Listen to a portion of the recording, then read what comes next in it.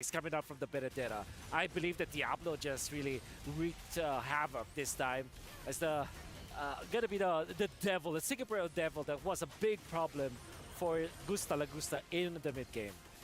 I gotta give it to Vanix, man. Vanix, I think even from this last series to this series, Vanix has just found his timings so well throughout these games, especially with that Moskov.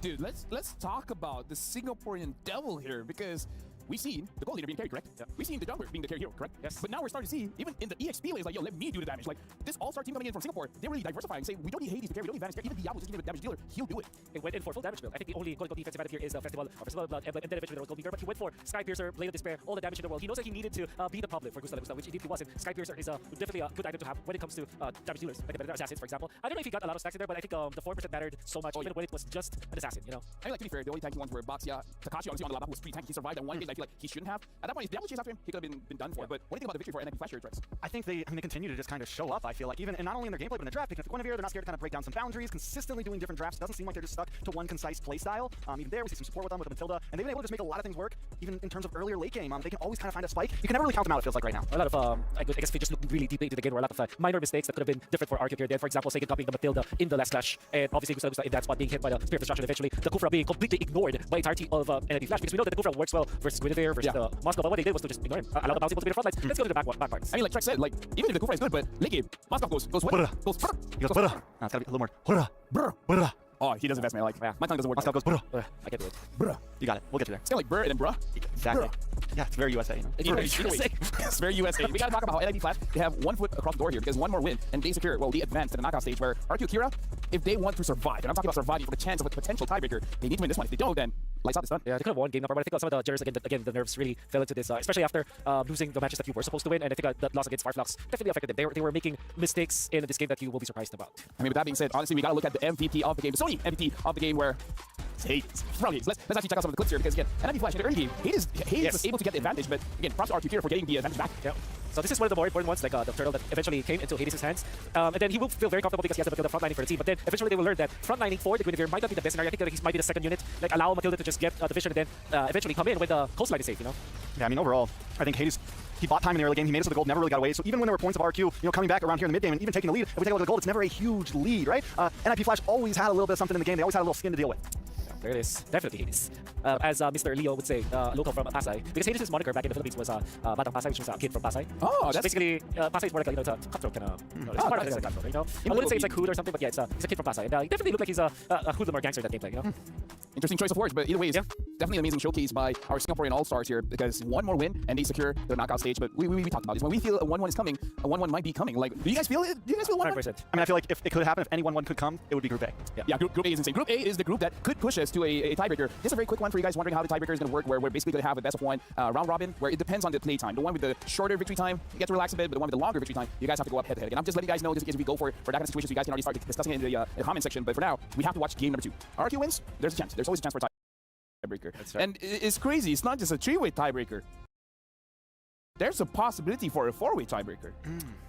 Actually, no. Now that it's not a 2-0, now that it's not. not. It's a 3-way tie, but nevertheless, I'm just very happy to see the duel between the Astro Thunder and the Singaporean Devil, Diablo. I think it's very interesting how we look at the duel between these two players. We did mention it's like that a triangle between Arlet, Teresa, as well as Yuzhong, but then we saw Benedetta versus Lapu-Lapu in this case, and there was a time where Takashi won, there was a time where Diablo won. It was a good back and forth between the two XP laners. Again, I kind of feel like for this game, I almost want to say it's about the draft, but looking at how NIP Flash has been playing, can you really try to figure out the draft? Because I did not see the Guinevere coming, right? They could have more surprise picks, but at this point, I would say that NIP Flash does have a good standing here, so maybe they could hide a little bit of some strats, like maybe don't show every single crazy pick that they have, or you guys feel like might as well let it out? I mean, with the way they've been playing, I feel like, I don't even know if all of these are exactly pocket strategies. I think they just feel comfortable, and I think we could see a lot more for them. If they 2-0 here, they go on to the bracket, we get into the real best of 5s and things like that. NIP definitely, I think, has, you know, plenty of variety in their system right now. It's MSC, man. I don't think that you should be hiding strats. There are a few chances. For example, just losing one series 0-2 might just really just forfeit your chances at getting to the playoffs. And then the knockout stages are also, you know, cutthroat because it's a single elimination. So I don't think that hiding strats is valid for any team now. What if they don't know they're hiding strats? Well, right? What if they just don't have the strats yet? Right? You don't know. Maybe they're like, after today, they go play rank here in Riyadh, Saudi Arabia, and then they're like, yo, Yisun Shin. Yisun Shin is the king. Is the king. Right? Who knows? Zask is the king, you know? Zask jungle. Zask jungle. Okay, they might be too much. Zask gold lane? But here's the thing, if Zask jungle happens, clip it. We called it. Yeah. You look like a genius. If it doesn't happen, still clip it because the fell will do push-ups. I mean, no. Yeah. No. Anyways, we're about to jump into the draft here where, again, for all intents and purposes, technically, RQ Kira has been eliminated, so now it's more about other teams, you know, like going the way that RQ Kira wants it to be for it to be a tiebreaker, but technically, they're out of the standings. So what does that mean here? Do we think that they just, do you think they surrender? Do you think all the pressure's gone now and maybe they get the dub? We see it happen a lot, the teams that are out. Yeah, that's... Go loco. Go. You're coming with me type of mentality. Yeah, exactly, you know? exactly. That happened quite a few times already. I believe it was also... it was TOB. Oh, yeah, he has... Yeah. Yeah. You remember that, right? TOB. Yeah, I do. I remember that. That was Homeboys, right? I don't like talking about M5. Why not? Why not? Same reason I don't want to... Never mind. Let's take a look at this draft, guys. Well, either way, the draft is here now. RQ Kira is going to be first pick. NIP Flash, second pick. It looks like the same suspects, the usual suspects. The Angela and Lane getting banned out by RQ Kira. NIP Flash banning out a chip as well as the Lu Yi. Looking at Gusta using the Roger definitely does look strong, but they got to watch out for Diablo. Whatever Diablo picks up, even if you have an S-tier marksman, S-tier gold laner, you can't feel safe. Yeah. Especially because he's probably going to be the one using the Sky Piercer. So I feel like the tricky part going up against the Singaporean All-Star is going up against the Singaporean Devil. You know that he's going to be the carry, but you have no idea what kind of heroes he's going to pick up. Yeah. He might even pick up Lancelot for all we know. Oh, yeah. It's crazy, but it's crazy enough to work. That's loco. That's very loco.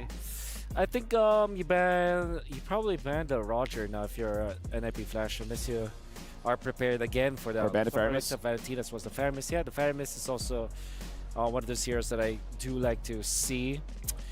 But I think the Faramis has answers. I don't know if it needs to be like on ban right up front. Yeah. I think the Roger's solid. Valentina's open now. We've seen that be a popular first pick. Harith as well. I wonder if RQ is interested to get that for their gold lane. I believe he's one of those heroes that are also really good when both Roger as well as Moskov is down, as well as the Ling. So it's like you increase the tier of the Harith just because the other heroes are already banned out, so it's difficult to answer now. But I believe NIP Flash, what they usually do with this is go for the Fredrin. So that could be a pickup. Fredrin Arlet perhaps for NIP Flash this time. Honestly, we have not been seeing a lot of Arlets. I kind of feel like that's also part of the meta shoutout here, where on paper it's good and we know some teams are excellent with it, but we haven't seen a lot of it. So the Farsa and the Cho is going to be the pickup here. Yep. And again, looking at MSC is surprising, maybe because I don't play mid, so I thought this would be a dangerous meta for Farsa, but Farsa has really been flourishing. Yeah, the access to the crown, I guess, the adaptive, the winter crown is great. Loads of damage, obviously blood wings as well, and it really wins the lane matchup, or winning it by just fast clearing. If you get my it's impossible to freeze the Farsa in the lane because of the range, which now gives us the idea where you can go for Grok Vexana if you're RQ, or that, or again the dragon. Right? I mean, like, it feels like people just aren't first phasing EXPs lately. They're letting it all get banned out. Oh, Fairness. Against a Farsa Cho. Okay. Can I understand it? I advise against it. This means though that the Harith is just such a good pick now for the side of NIP Flash. The Harith is good for NIP Flash? Fredrin, sorry. Fredrin, all right. Yeah, the Fredrin coming in from... What about a Boxia? Is Boxia still an option here? Oh, Hayabusa. Okay.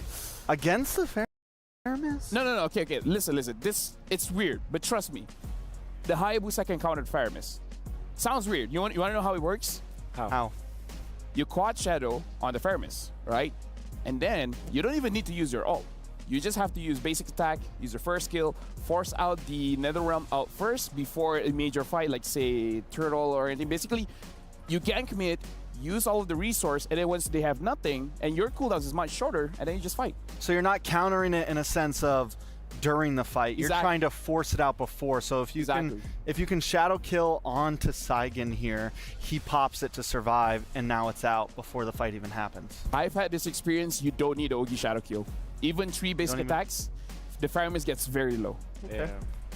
There's the Banai Arlet, as we did say that it could be a good pick for side of NIP Flash. I'm still wondering what the mindset is for this Hayabusa. I do know that the Hayabusa is great versus Harith, right? And the thing is, Fire Mist plus Grok, very strong in the mid lane, but when it comes to hard CC, they're not that reliable. Obviously, Wild Charge is great, right? Flicker Wild Charge. But against Assassins, that's usually not prescribed because it's definitely difficult to land. For example, a Flicker Wild Charge onto the Hayabusa might be baited easily. So maybe that's the idea why NIP Flash decided to go for this Hayabusa. At the same time, they're kind of hiding their Diablo hero. But I'm still thinking Lapu-Lapu is great for NIP Flash. That could be their last pick. All right, so I mean, NIP, I don't know, I think they could, do they go for gold laner here, right? I think Claude could be the right answer, right? Claude's great. To the Faramuse. Beatrix is great. Beatrix, decent. I mean, either of those two options. We've seen them both kind of thrive right now in current meta. That's right. EXP, for the first time, we aren't seeing the Rizzler or the Dragon banned out right now, unless that ends up being the final ban here. So definitely a good possible answer. RQ, on the other hand, still needs a jungler. They go for like the alpha, like what NIP did against Evos? Hayabusa, yeah, that could work. Julian also looks good. I think Julian's great versus the Farsa. But wouldn't that make RQ having too much magical damage, right? Because now they got the that's true, right? The Harry of the Fire Mist, and then plus the Julian. I'm not against it. Trust me, I'm not against it. It's just that it's Harry Potter all over again. Yeah. Harry Potter's dead. So maybe maybe Nolan. Oh yeah, super accurate. We haven't seen a lot of Nolans, huh? Yeah. So I'm thinking Beatrix or Claude here for NIP Flash.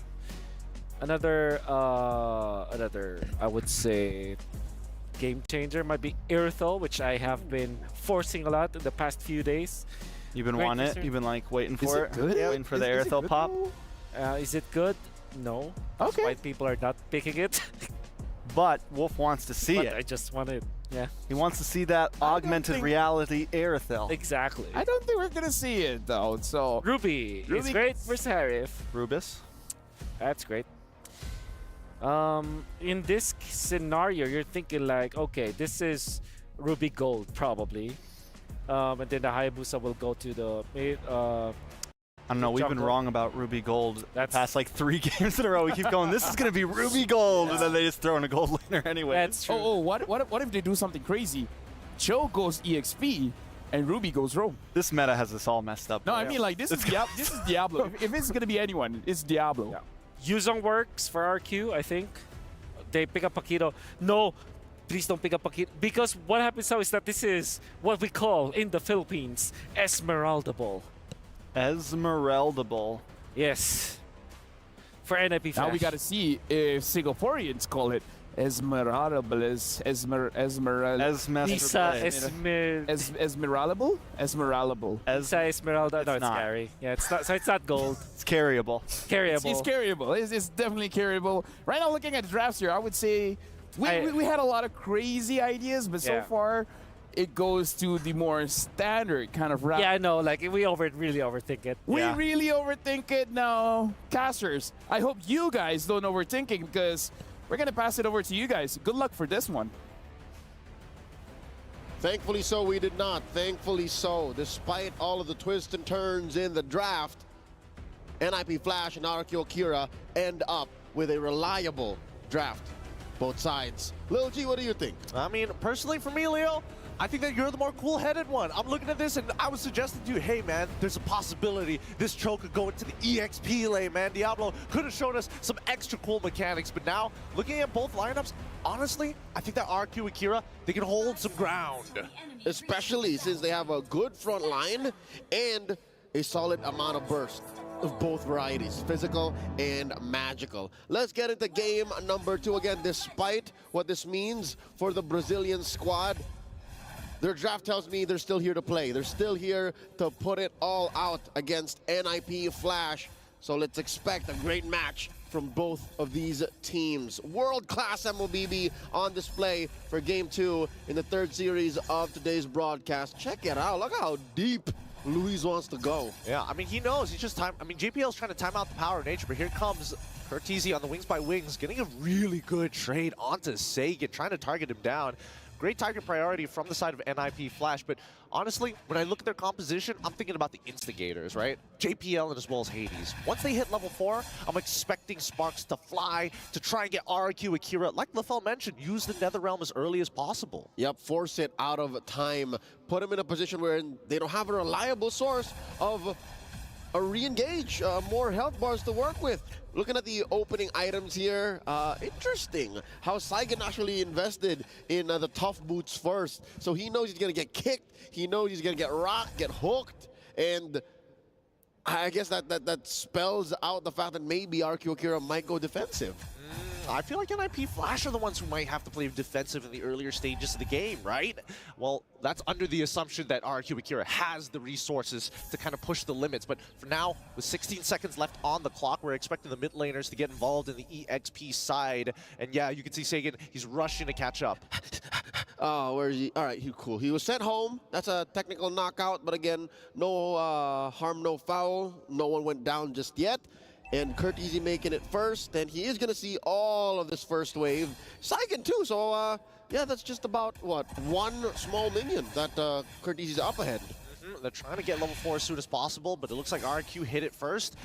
And PFL in position. Hades steals it away. The second time he's done it in this series alone. But JPL finds the kick of lifetime on towards the correct target. Luis without the power of nature as well. They don't even get the opportunity to get the return on their investment. Didn't even go for the flicker. I think a part of Luis knew that he was going to get hit. There's a lot of ults. Maybe hope for a few more battle spells, but he did force JPL to get the kick in. Now Gusta Lagusa solo killed underneath tier 1. The shadow kill committed there by Hades. Great punish by NIP Flash, right? After finding these plays, and especially when you have that man advantage, you're just looking around to see if you catch anybody slacking, and unfortunately, that was in the gold section. And Diablo, from what we were expecting him to play with the Benedettas, the Paquitos in the previous times, now he's on Ruby. It's for Takashi, I guess he was hoping for a little bit more. Yeah. But of everything that NIP Flash brought to game number 2, that might be the question mark. For me personally, I'm like, whoa, why? Why the Ruby? Now, Curtizi popping the Build Death Strike, forcing out King and Saigon to respond. Man, this is tough. Outranged RQ Akira, JPL. Yep, it looks like he just got caught out of position. Way of the dragon onto Gusta. Lagusta really doesn't matter. Still falls down at the end. Looks like Luis finds the trade and the revenge for earlier. All right, that doesn't really close the gap just yet, but it allows for RQ Akira to get more farm around. If you'll remember, about a minute back, King can't even cross the river. Now Takashi in trouble, 2v1. Oh, this is not good. Hades, he can easily pick this kill up. They're trying to isolate that way, but on top side, Lagusta ends up dying again. He ends up getting stunned. Without any purifies, he won't be able to make it. King looking to try and find a trade anywhere. JPL will get a, oh no, the kick doesn't come through. He gets hit by the energy eruption just before he can pop it off. Imagine, even if King is one of the chunkier members of RQ Akira, if you get kicked in that tier 1, especially with how long the fight has gone, yo, best believe King will be dead. Absolutely. This is going to be a fast turtle for NIP Flash, still riding off the momentum off of JPL's initial kick. But man, We haven't seen any of these tier 1s collapse just yet, or at least melt away. Oh, hold on. Hades is dead. He just goes down. Great wild charge from Luis, catches him in the middle of the animation. Yep, the turret actually tracked him with that one last basic attack from the major objective in mid. Now JPL trying to get out of dodge here, going through that Guardian's barrier, checking out the items.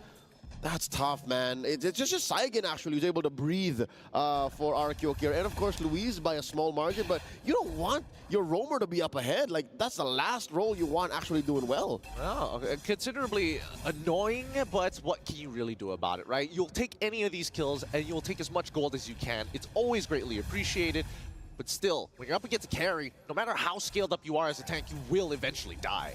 All right, I was just looking at JPL, and we were talking about how only fast comes up really quickly. Dude, all it took was a little shuffle for him to get it back. Look, I mean, the changes on fast rate. Wild charge comes through. JPL should be able to make it up. He's got it back again. He's got it back again! I'm telling you, I did the math on this, right? And especially with those one-trick ponies on Cho EXP, he can get 2 rotation. He can get 2 triggers of his passive now. It's so easy to hit. I want to see his mid-game items, because I'm just imagining Thunderbelt on a Cho. Right, imagine that. You're stacking only fast, you're stacking those enhanced basics, and you're getting permanent hybrid defense. Here we go. Item check on him. Corrosion sight so far. On to Vanix in mid. Tekash dueling with Hades. He's fine, he can afford to do that. Starlium Scythe onto Gusta Lagusta. So he's hungry, but he's eating okay, you know what I mean? Yeah, it's not like he's dominating this lane as well, and let's not forget he's... Whoa, hold on. JPL in some trouble, gets pulled back by Shadow Stampede, forced to flicker away as Gusta Lagusta ends up getting chunked by Curtizi. Nobody ends up dying here, but yeah, let's pull it back, right, for a moment, because as Hades is going to be able to take this turtle down south, Vanix is actually 2 levels ahead on top of Gusta Lagusta. Yeah, again, gold might not be his biggest problem, it's actually EXP. The 2 deaths on this Harith early on cost him that XP loss, cost him the dire position he's in right now. I mean, he still has his turret, right? The map isn't as small for the Harith as it could be right now if NIP Flash were a little more aggressive, but they don't need to. Actually, they're just calling the shots. They're happy to keep it at about 2,000 gold ahead here. Yep, it's the cold calculation. This is the Singaporean, traditional Singaporean playstyle, which is kind of uncanny looking at NIP Flash, who has like a Hayabusa, and as well as the traditional, you know, signature JPL Cho, where they like to be aggressive and like to snowball out of control. I call it Singaporean fusion. Singaporean fusion. It's traditional, but it's up to date. You know, it's a modern day fusion. There you go. It's for 2024, you know? The kids love it. Oh, man. Call it Singaporean fusion. Singaporean fusion. All right, that's something that might actually stick. We'll see with their community, but here comes the wild charge. JPL still trying to get on there. 3 hits of the G couldn't go, as well as a Shunpo gets him out of there. An interesting play coming up for the side of RRQ Akira. Nobody else wanted a flicker. Got hints of Filipino, a note of Japanese. That's Singaporean fusion for you. In control still, about 3,000 gold ahead, give or take. Oh my God, did Hades just committed Grand Theft Orange? He's just utilizing the space. RRQ, if you want to stick together like the kingdom that you are, we're gonna start stealing your resources. They gotta be together, man. More together than ever, because I think that's one thing that Gusta has been able to do. Oh, wait, what's the Kush do? All right. He hasn't really been able to dance on his sword. Ain't no good Zaman Force just yet. They've always been defensive Zaman Forces. You know what? You're right. And I think oh, Curtizi gets Gusta Lagusta before he can even respond. Especially once he literally just hit his power spike. He got one item and it was like, all right, let's go. Let's blow him up. We were just mentioning how all of his ZFs were defensive. Oh no, there's a kick. Way of the Dragon, but also the Netherrealm pops out, and it doesn't really matter because without the Netherrealm, Hades is going to start chunking away with the Okisha. Oh, Diablo, don't tell me he dies here. He heals up. Oh, he manages to get out of there. Thank the wave saves his life. El Guapo Diablo have yet to die, man. 1-0-1. You know what? Sometimes when the rest of your team is this ahead and this in control, you don't mind just being a nuisance. You don't mind just being a damage punch for just a bit. Oh, he's trying, he's locked down, and Gusta Lagusta picks up the kill as Vanix is the next to fall as Takashi punches him down with a 1-2. Gusta Lagusta secures a double. It's been a tough 10 minutes for RRQ Akira.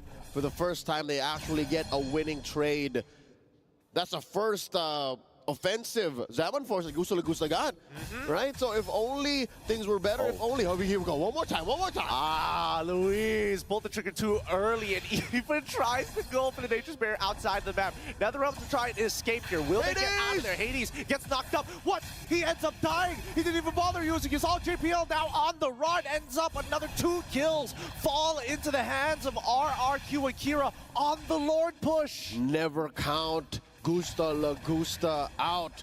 I was first made familiar with this young man in M4 in Jakarta, and here, all the way across the world, in Riyadh, he's showing us, hey, I'm gonna lose the early game, but after my power spike, best believe I'm gonna make you pay. They're still defending though. They're still on their back foot, but it's looking great for RQ Akira now. They are down about 1,500 gold. What's the items looking like?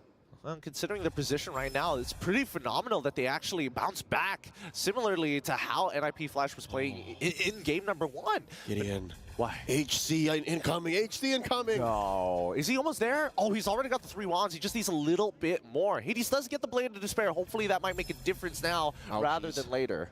Ouchies. Yeah, that's definitely a power spike for the Hayabusa.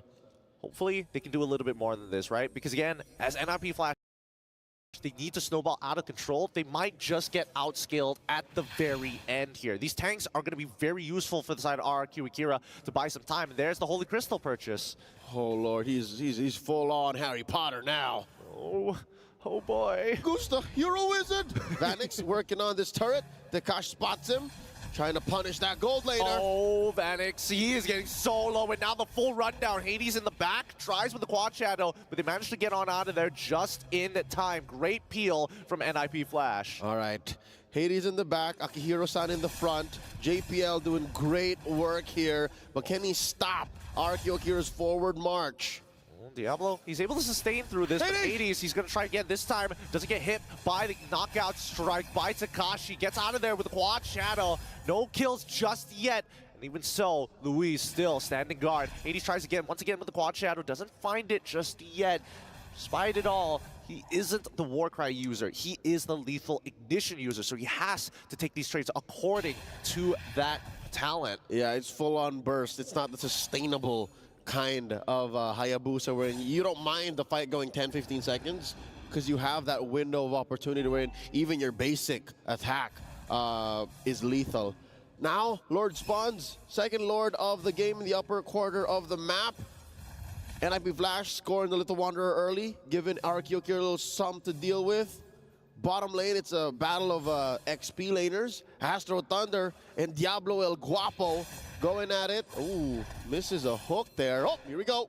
Well, he should be fine unless we do see Gusta Lugusta get into the fight. Sagan ends up dying here, and LaFell might just be onto something on this one. As much as Assassins get countered by the NetherRealm, if it's forced out early, man, these Assassins, they can really push your buttons. Feathered Airstrike from Curtizi, trying to deter the rest of the members as NIP Flash just target down King, stalling this out, and they want Luis as well. They're going to find as many as they can, but here comes Gusta Lugusta with the Holy Crystal, able to start cleaning up, finds the double kill, and as well as Vanix. They don't have the time to finish this. Can they get it? Hades finds the Lord, and now they're trying to get out of the way, but Sagan, he doesn't mind. Stick closer together. Diablo finally out-sustaining everybody in this fight for Curtizi. He can get the mega kill. That's a full wipeout. NIP Flash with the Lord. 3 for 5. Curtizi, not even ashamed to use the Feather Dash right now to clear the waves. Pronto, double time, marching down mid.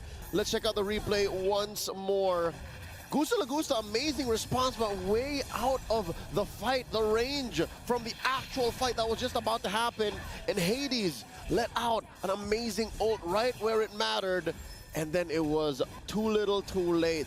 Diablo, he was a silent killer here, man. No one noticed that he was able to deal that much damage. Now Luis in trouble, got the kick. But King is able to bail him out of that situation. Luis, he doesn't mind dying, but at this point of time, every single one of these Death Timers are really going to hurt, especially when you have Lord Empowered minions pushing at your inhibitors. Look at this. El Diablo Guapo with a hybrid build. War Axe, Sea Halberd, Queen's Wings, Oracle. building immortality, if you ask me, up next. Well, I mean, it makes a lot of sense if he does put it together, right? Unless he gets greedy and thinks, you know what, Brute Force Breastplate is the way to go for the extra cooldowns. Just keep going. Yeah, just keep pushing forward, right? Forward combat. Personally, for me, I do think that Queen's Wings is the recent hot item for a lot of these EXP laners, right? It gives you so much, but here comes the I'm Offended towards Kingside. Oh my god, he's getting melted down, but Vanix doesn't get that last auto to proc in time. The Netherrealm saves him. JPL does get a good G-Kun Dome, but doesn't find any targets whatsoever. And now the Light Wheel is dealing mega damage here with the help of the Oki Shadow Kill. Hades finds one. Hades can get a second Feather Airstrike on second rotation again. He gets him. JPL now extending this lead, handing his hand over to RQ Akira just to fish him out. Worthy trade. Any day I'll take that. The roamer for 2 heroes, the jungler, and a gold laner. I'll say it now, RQ Akira, one of their only hopes is if Gusta Lagusa gets a good dance in. If he's able to lay down the Zaman Force underneath the turret, maybe take 2 for 1, 3 for 1, that's it. But looks like NAP Flash not gonna let that happen. Yep, Hades gets stunned, but the Oki Shadow Kill. So much damage with the lethal ignition. He's out of position. He'll eventually die, and Luis finds him at the cost of his wild charge Diablo. He's gonna take his time with this. I'm offended by some extra time. He's sustaining through the damage, but Gusta Lagusa will still run him down. That's 2 inhibitors down, 15 minutes into the game. I'm wondering now how RQ Akira will adjust to what kind of damage NAP Flash is bringing, because at some point, yeah, you can build your Antique Karasses, you can build your Athena Shields, but you're also dealing with true damage, man. Well, I haven't really seen Vanix do much, save for that maybe Shred in that last long team fight, but he's still a threat. And who does RQ Akira send to fight that kind of threat, man? I think it's about position of where the fight happens, right? I think they need to catch them at a choke point. I think that's a big thing, because right now, NIP Flash, with a lot of space, they can hit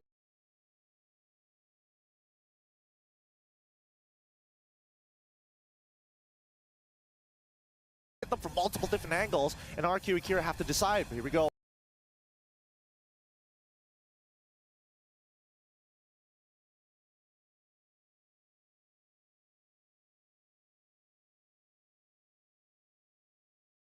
Here comes the Lord JPL. Oh wait, everybody gets knocked up, and Luis is the one who gets it because of the anti-CC. Oh my goodness, he power of natures to secure the Lord while people are in the air. The Brazilian Heartbreaker strikes again. Could have sworn NIP Flash orchestrated a perfect steal, but then again, RQ Akira, I don't know if they thought that through or if they saw that coming, but hey, they got away with it. So Dude. at least they walk away with an extra life. They walk away with an extra. Oh my god, he purchases the Brute Force Breastplate. He's only moving forward, Diablo. But man, let's bring back to that. I mean, 4 people, 3 from the side of RQ Akira, plus JPL Like gets knocked up. I don't think it was intentional. It's like a trampoline. He just did what he felt was right in that moment. Oh goodness. Oh, maybe they have to change the indicators to be extra bright so that people don't get hit by it often. I'm okay with the way it is. Really? It's an art. It's an art dodging those Lord skills. Even though the Lord technically is blocking it, I mean, this should be a clean defense for the side of NIP Flash, because Diablo and Hades have been pushing mid and bot at the same time. Wait, hold on. They're not. Wait, this where's is the rest of the team? They're getting canceled. Cortese is purposely canceling all on time. Here they go, Takashi. It's all up to you with the help of King. They almost make the backdoor happen, but the defense is strong, and RQ Akira now chasing down these backdoor fiends. Here we go. That's the last shadow he's got. Can they catch him? The burn wasn't outside and gets the kill. Nicely done. Nicely done. A good call by NIP Flash. They saw the angle, but the punishment that RQ Akira had, at least they responded in time. Oh, wow. You see here the veteran wiles of RQ Akira. They are not an MPL, Brazil, and Latam all-time champion, if not for their late game awareness. Check this out, man. They might be able to at least take another inhibitor? No. Maybe threaten an end? No, they can't end for sure. Cortese has the Feathered Airstrike. He's just spawning. He's just dropped it down just to show them, hey, this is our landing strip. You better not walk any further than this. But at least now they're starting to take some really important smaller objectives, like the purple buff. From nigh endable to penetrating down mid. Okay, despite being up against the ropes in the corner, bleeding, RQ Akira still know when they have a kill angle. You know what? I'm going to be real with you. This game reminds me a lot of M3's last Singaporean representative, EVOS, right? Because it's always that back and forth. They get the lead, then their other opponents get the lead, and then it's just continuously back and forth until it's dead even 16-16. I'm getting a lot of flashbacks. Hey, EVOS ended M3 at 4th. So that kind of playstyle got him far. And JPL was part of that roster too. So it's all, man, history's repeating itself, is it not? It's the bleeding effect. It's the bleeding effect. Are you guys fans of Assassin's Creed? Now, here's the thing. For those of y'all who don't know, JPL's been playing since 2017. He's been around for a very long time. Previously, MPL, MY, and SG used to be one entity before we split up, and even then, JPL was still part of it since Season 1. JPL, you could call him a precursor. He was there since the even before it all started. JPL, oh no, speak of the devil. We were about to cast a curse him. I'll be real with you. we were talking about it a little too much, man. Yeah, we were teetering on the edge here. But now RRQ Akira. Now I'm scared to talk about RRQ Akira, especially in such a high-stakes match. Woo. Like, they need every point they can get here. Speaking of, all right, this gives us some time to digest what's going on. I just noticed, Gideon, Lord is on stage. Lord is on stage. That's not what I was going to point out. Tier 1 down bottom for NIP Flash is untouched. I mean, it's standing there with about 2.5 HP, but it's still standing. I mean, I don't think at this point of time a single Lord take from the side of RRQ Akira is enough, or they just kind of spit on it a little. It'll go down. It's fine. Spit on that thing. Spit on that thing, brother. A minion trips into it, it breaks. I swear. You know what? Sometimes you just need to relieve the pressure a little bit. Maybe that's what RRQ Akira needs to do. They look at it like a little cyst. They're like, we gotta relieve the pressure. If not, this is just gonna get worse for us. Quick adjustment, you know. Like, give your chiropractor like a nice coffee and can you just hit this spot real quick? Like, I don't need a full session. we're buddies. We went to high school together. Can you just look, please? And you're oddly knowledgeable about it. It's like, it's C3 right here. There it is. You know what I mean? That might open up the map for RRQ Akira. I think that's the thing, right? Because right now, in terms of play styles, we're coming to a point where grouping together with such an open map from the side of RRQ Akira is the more effective strategy. Because if you get caught slacking here, maybe there's a backdoor opportunity, but it feels like RRQ Akira are pretty on top of things. Oh wait, now you mention it, for NIP Flash, that might actually be one of their major options. Like, that might be option A right now. Just get the backdoor in because we can't win full frontal team fights anymore. Exactly. We're past that point. Yeah, I mean, even in game number 1, the biggest advantage that they had, especially, I'm talking about late game here against RRQ Akira, was the fact that they had all of their inhibitors, right? Yeah. Now, it's a bit of a change, and you can see a lot of stress on the faces of RRQ Akira, and I can only imagine not as much for NIP Flash, because that doesn't mean they get eliminated if they drop this game. Yep, we're already here. That is RRQ Akira's fate. Their key, as mentioned in day 1 during the opening ceremony, is about to get shattered. I mean, it's out of our control, unfortunately. See that little triangle next to the Lord's Trident? Say goodbye. Oh man, it's gonna be. Oh yeah, but the end of today, they're gonna start handing them over to get eliminated, right? The little keys. I gotta take a picture of that key one day or another. How heavy do you think it is? About 4 or 5 kilos. 4 or 5 kilos? I reckon. I mean, they look pretty solid. I'm over-exaggerating that. I don't know. It's probably like 2 towers worth. 2 towers worth. That's like what, 600 gold? 2 pints. 2 pints. Is that a weight? Is that a weight? What kind of weight? I mean, not in Southeast Asia, that's for sure. 0.6 stone. Don't. Where do they use stone? But it's a real, folks. It's a real measure. It's a real measurement. It may not be the SI unit of choice. Yeah, but it is. Neither here nor there. We're still talking about the matchup here. NIP Flash, arguably in control, but RRQ Akira have been finding a way to win team fights more often, despite the pressure placed on this man right here, Sagan. He's had to survive all of these burst damage from Kurt, from Hades, and what is the interaction between Diablo's I'm Offended and when they all get really together? I mean, he heals a lot. And I think it really boils down to when were they going to get the anti-heal, right? Because Diablo was pretty ahead of the game for a large majority of it until Takashi decided, hey, if I can't beat Diablo, at least I will beat down Hades. I will beat down your mid laner too, Curtizi. Doesn't matter who. If Vanix walks too closely, that knockup strike is going to connect. Oh, here we go. Back into the matchup. They were in the midst of as close to a Lord Dance as we can get here in the current metagame.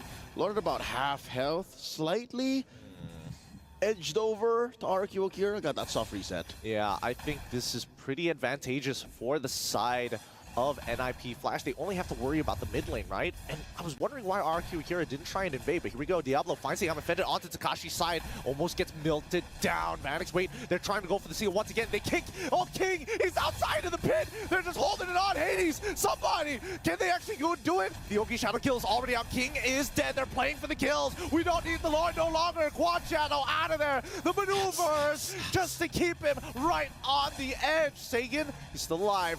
Manages to get on out of there, but the I'm Offended from Diablo is really costing them a lot. Gusta with a conceal as well. Dashes away, drops down. The Summon Force, can he outplay it?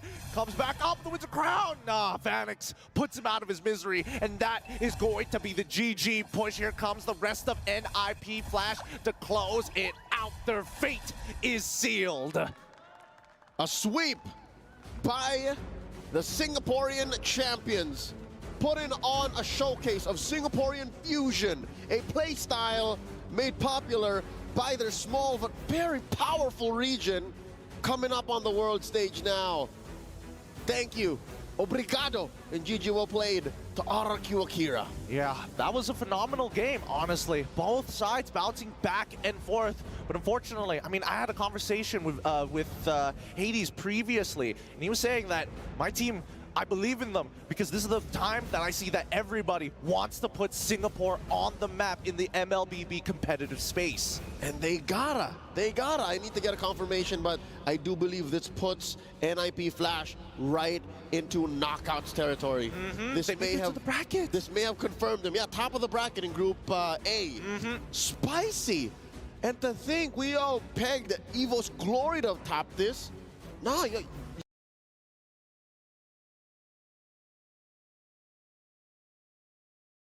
y'all forgot. Y'all counted out NIP Flash.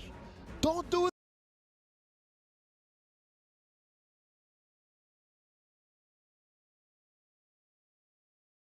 that. Don't do that. Not to mention Akihiro-san. Not to mention JPL. He's been playing basically forever. Consider when MLBB Esports became a thing, he's been playing since. He's been playing since, right? He is what we call a legacy player. And honestly, if they were going to induct a legend, I think that JPL very much qualifies. I put him in my top 10. Ooh. I put him in my top 10. Come M5, go watch that video. Don't tell me you're going to start a fan club for him in 2. Don't make me. The JP Lunatics? Oh, yeah, I got the name for you, buddy. Hey, Moon just came back, so, you know, Moon Addicts is still on the table. It's still possible. Let's see how many people are going to be excited for this upcoming interview. It looks like it's Diablo. Can't confirm there is a Diablo fan club. Let's go to the Wood Sandstorm and Marakino on stage. NIP Flash is moving on to the next round. All smiles here from Diablo. You guys are the first team to move on to the knockout stage. I know you're really happy right now. Can you describe to us what's going through your mind right now? How are you feeling? Definitely very happy to survive this group because initially when I first saw it, I felt that everyone has an equal chance, and we proved that Singapore has just a little bit more chance than them, so we made it through this stage, yeah. And kudos to all the teams, they all fought well. None of them are easy for me, I feel, yeah. And for sure you're the team to look out for because now you swept your team, so all eyes are on you guys. Yeah, that's definitely going to add quite a lot of pressure on your shoulders, but I do have to ask, during that first game, it was incredibly close. You guys were a little bit behind, but I want to say the tables turned rather when it came to that Lord steal. So can you take us back to that moment and just tell us what happened the second that moment happened when the Lord was stolen for you guys? Definitely, even though we weren't in the lead because they were in the lead, but we didn't give up on trying to take the lead because it's all about the macro game right here in internationals, and we trusted in our jungler to steal the Lord, and he did. Yeah, that he did, and I think we saw it multiple times, not just the one time steal from your jungler. So very well played for you and your team. You guys are considered the all-star team of Singapore. For sure, everybody in Singapore right now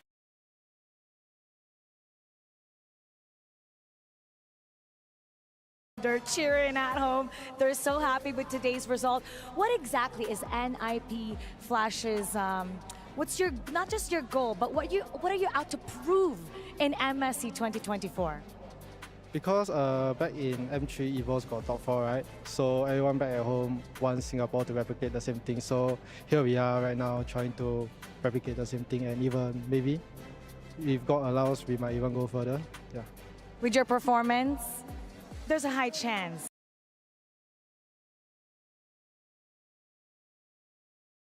that you will get the podium finish. Congratulations once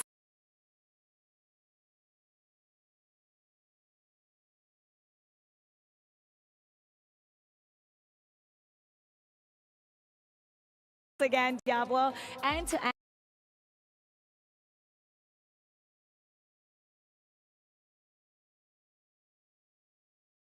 NIP Flash Singapore. You can celebrate for now. They're going to be moving on to the knockout stage. We're going to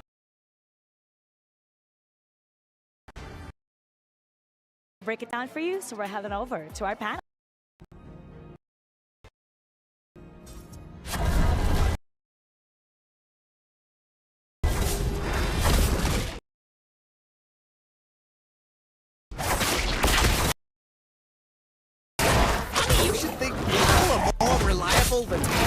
Oh.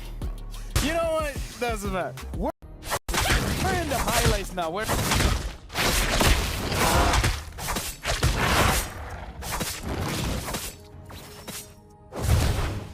kiss your mama with that mouth? Not cool, kiddo. Not cool. They call me a paper chaser? Vendetta, who isn't?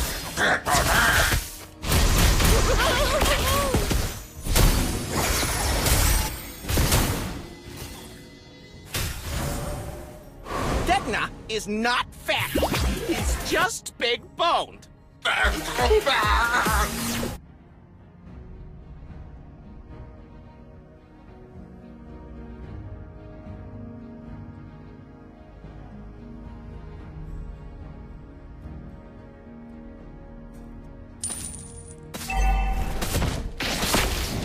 Bargaining. Whoever you are, the price is fixed.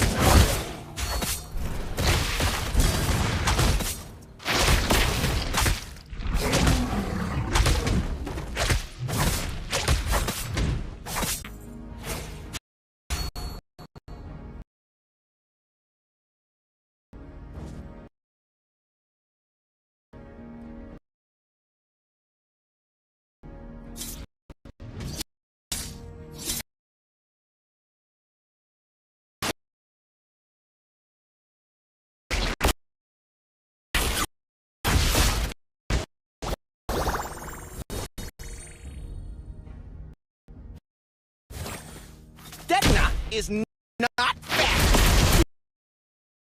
It's just big bone.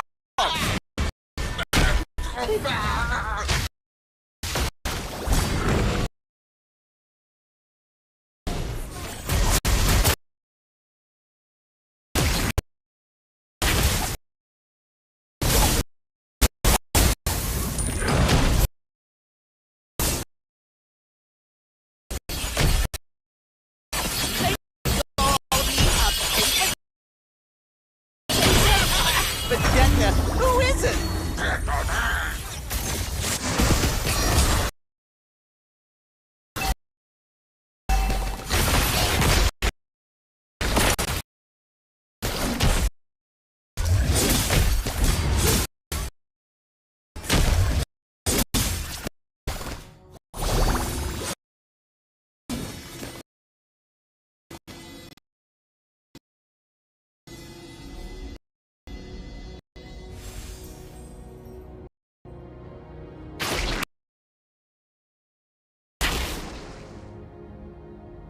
Kiss your mama with that mouth? Not cool, kiddo. Not cool.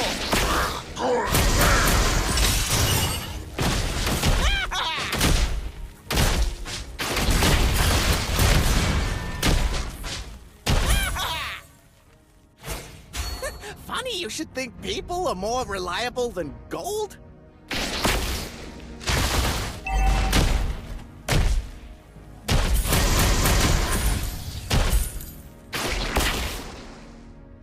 No bargaining! Whoever you are, the price is fixed.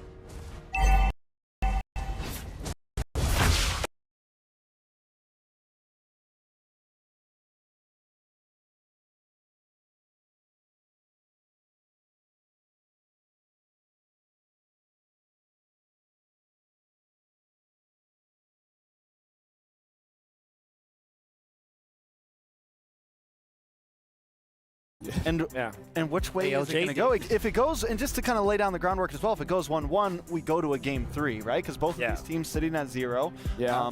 We need someone to do something. And with that being said, we're going for a short break. But after this, Fireflux going up against Evo's Glory.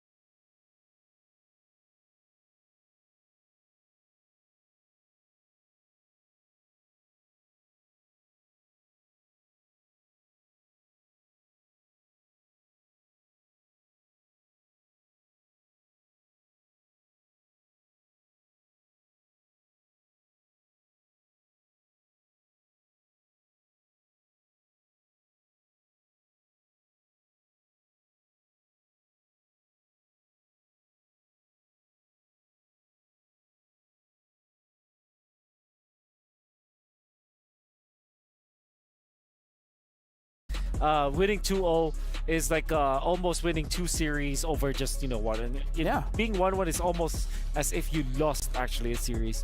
And being down 0-2, it definitely means like, it kind of feels like you lost 2 series in total in a best of 3 setting. So that's how important a best of 2 series is. Just really. Yeah, honestly now, before going into the game, few fun facts here. Fireflux has used 16 unique heroes so far. EVOS has used 17 unique heroes so far, and Fireflux average game time is 15 minutes.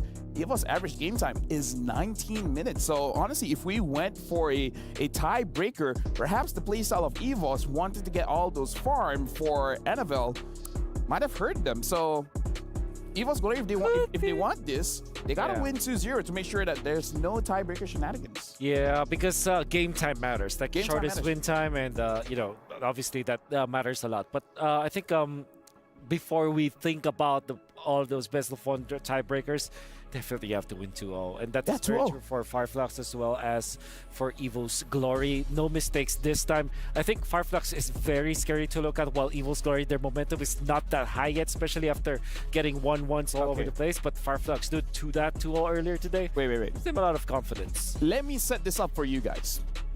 Imagine this. This isn't a best of 2. It's a best of 3. Because if they go 1-1, they will have an additional best of 1. Yeah. And the one that will win will actually go through. So we've evolved from best of 2 to now being a best of 3. Imagine that. It is actually a best of 3. Right? The match of the day is actually a best of 3. So you just have to play a best of 1 twice. Oh, I mean, you have to win a best of 1 twice. Now I'm confused. That's okay. It's a best of 3. It's a best of 3. That's ALJ match of the day worthy. Where if it becomes a 2-0, then that's it. End of story. 1-1, going to a third game. Wise words from LaFell. In life, everything's just a best of 1. That's how you got to look at it. Just focus on the one game. What I learned most about LaFell is that he thinks that lane matchups are just a matter of attitude. Yeah, and honestly, right now, I'm sorry to cut you off there because we will be going straight to the stage.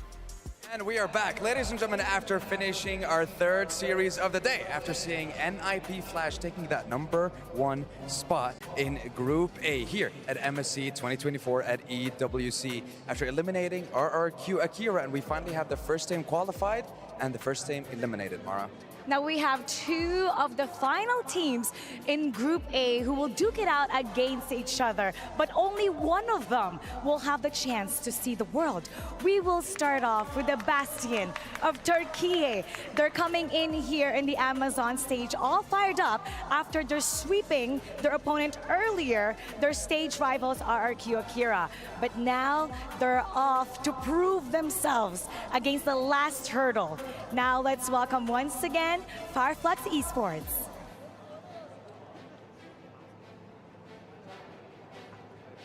Now, when we're looking at Fireflux, it's gonna be a very tall order for them to come. I want to say to qualify, because they're gonna be going up against the White Tigers, known in Indonesia as the People's Champions in EVO's Glory. And the question is, can they take them down in a 2-0, or like the guys mentioned on the analyst desk? It's a best of 1 that turned into a best of 2 that could potentially be a best of 3. Listen, you guys confused us just as much as you were confused on that studio, so we need you to break it down just a little bit more in a few minutes, because I am a little bit confused as well, Mara.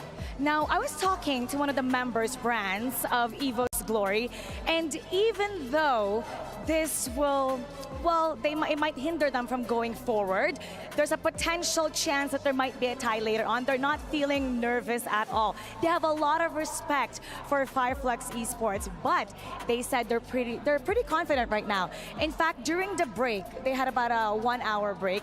They went into the players' lounge, went on to play some arcades, ate a little bit, and that's just to get rid of the nervousness. Right now, they're coming on the stage with their mindset pretty confident about today, and they're out to prove themselves. So to break it down for us and to head to our draft, we're gonna head to our panel. Take it away. You know what, Sandstorm, we got you, man. We love you. Let's keep this very simple. First team to win 2 games advances to the knockout stage. How simple is that, right? Skippity up. Skippity yes. Yes, skippity yes. Skippity Win yes. 2 games and then that's it, you win. But I do want to disagree with Sandstorm here. What did you say? I think it might not be as tall of an order as he said. Okay. I would say that these 2 teams are on equal footing right now.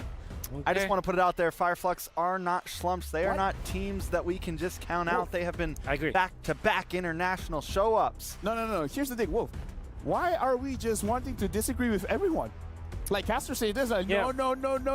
Yeah. We didn't think that. And now the hosts are saying something and then we're like, no.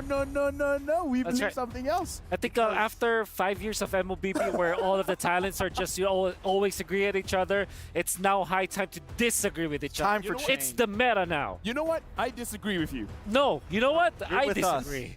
Okay, now let's jump into the game. Fireflux is going to be first pick. Now talk about this. Ruby Band. Why is the Ruby banned here? What is I this thing? disagree. Okay, you know what? I disagree with the Ruby ban. Why is the Ruby banned? Maybe they're just going for some throw bans. Maybe Fireflux wants to leave things a bit more open. Yeah. Wants some trade ups. Yeah. Yeah. Maybe, you know, when I look at when I try to look at my mind palace and think of the reasons why Ruby will be banned, I think Evos are comfortable with this flex pick as well, especially after seeing that it can also actually be played in the EXP lane. Also, Ruby plus Ling is a valid combo because, again, you flex the Ruby, you can put it in the gold lane, you can put it in the roam, and that allows for a lot of comfortability for Evos. Now, I think Fireflux might be giving away the Ling to Evos. So what might happen here is Louis will be let go, be picked up by Fireflux, then Evos picks up the Ling. But that's crazy, though. Crazy enough to work? Crazy enough to work. Evos might just ban out Louis. In the best of two, every game is very crucial, man. You want to win 2 games here. Absolutely. The first one to win 2 games, in fact. There's a lot on the table though right now. Angela's open right now. Oh, you're right. Ring's open. There's they used 2 throw bans essentially. Oh, the you're Riz right. And the Riz and the Ruby. And the Ruby. Finally Angela comes in, but that means Lu Yi is free, and that was the trade up I think they were looking for. It's like, listen, you have to ban Angela or you have to ban Lu Yi, but either way, we're taking one of them. And what will happen here is that Louis I think will be the first pick here for Fireflux. I'm not very sure if they pick up Valentine instead.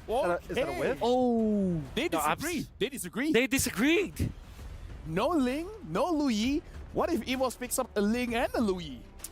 That's great. That's they're about to. Ling and Lu Yi. I mean, you don't have to pick up Lu Yi now because they already picked up the Valentina, so they pick up the Moskov. But no, I think they're not pressed to pick up the Louis yet because the Valentina was picked anyways. So they can just snatch the Moskov. Unless, of course, it's Valentina Goldling. Yeah, or Jungle. Yeah. We saw Blacklist do it way back. Bro, that was season 10, bro. Season 10 feels like yesterday. Yeah, man. Anyways, let's get back to reality for a second. Yeah. So you pick up you pick up Arlet, I guess, for Fireflux. Or do you want to pick up a Boxer if you want a utility jungler now? Yeah, what if they get a utility? What if they just go back to old Fireflux, like support roam? Yeah, something like an Estus or something. I mean, even something crazy, like just to try to bully and invade. Yeah, they go CC. So that means they will go for Baksha CC. Great combo because of the diversity of the damage sources. Magic from Baksha. CC is also a late gamer. Knowing that you're facing up against both Moskov as well as the Ling, and eventually will be the Louis. I think it just makes a lot of sense here to just pick it up if you're Evos. I agree. They go Tigreal instead. Wait, no Louis? They disagree. This is a day of disagreement. Well, today is a day of disagreement. It feels today, like. you know what? Our predictions are like 0-33 right now. I just want to let you guys know. Let's. Someone has to ban the Louis, right? I mean, Fireflux should ban the Louis. They disagree. Right? No. Fireflux. I mean, like they don't have to pick up the Louis. Now they just ban the Louis. Yeah, because Implosion plus Louis, Implosion plus double vacuum is It's very welcoming. It's very together-ish. Yeah, it's very together. It's hard to kind of counter that. It's the Force Ube. I mean, still no Louis ban. Now, Trex, don't be crazy here, okay? They started it. That's true. They did start it, but, you know. For Evos now, what did they ban out here? Lolita, I think. Should be a good ban. Honestly, yeah, Minotaur also is Minotaur is a pretty good ban. Minnow ban? Yep, it is ban. Trex. Look, I'm calling with the best over here. Me and Wolf. Okay, Louis ban, and then Evos picks up I think they're going to ban Yuzong. Against the Farza. Oh, I mean, I call it the Farsa, but okay. No Louis. I think you ban. No, the ban's over. Yeah, you pick up. Yeah, that's true. You pick up Louis, right? You last pick your XP. Yeah, you pick up Louis. Louis Tiger is just so good. I mean, they already have so much movement. Do they really even need a Louis, right? Like they have pick a up Louis Ling, last they have a Spirit of Destruction. Yeah, true. Maybe what else do you counter the Valentina with? Kagura, perhaps. Dice picked up. That would be great. What about Aurora? Goes good in EXP against CC. There's a couple. Exborg is great. Yuzhong is also decent. It doesn't necessarily win, but it's okay. There's the argument for Thames. There of course, the Louis.